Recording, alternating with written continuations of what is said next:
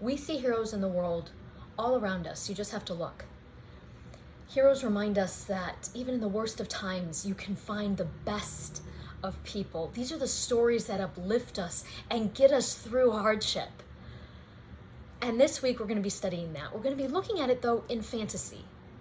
Just like the real world, fantastic heroes have obstacles that they have to overcome. But in fantasy, what the hero's journey, this trip that you all are going to recognize, having seen it in, I don't know, every Disney movie ever, this trip is usually about negotiating not an external threat, not vanquishing the giant, but dealing with something within, something intangible. Because the fantasy hero cycle is about these intangible aspects of our existence that we all go through, whether or not we can actually see the monsters with teeth and claws and dripping fangs in our lives.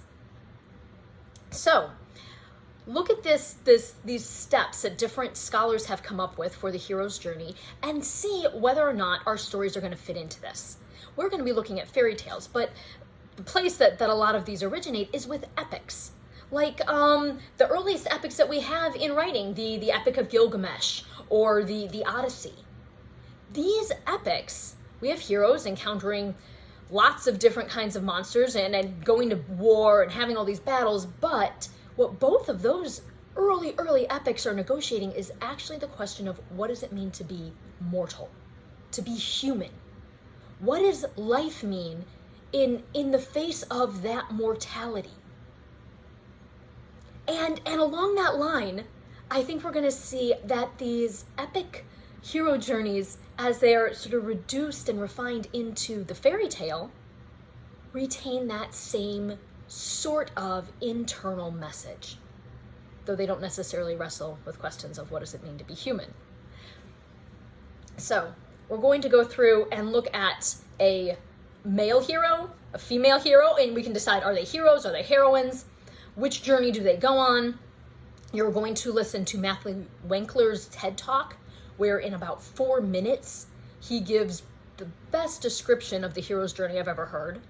Then we're going to compare it to the heroine's journey, which was made by Maureen Murdoch, and we're going to apply it to 2 of our stories. Then you are going to take the same journey and apply it to one of the stories of your choice, and think about having done it with these other 2, what does it mean here?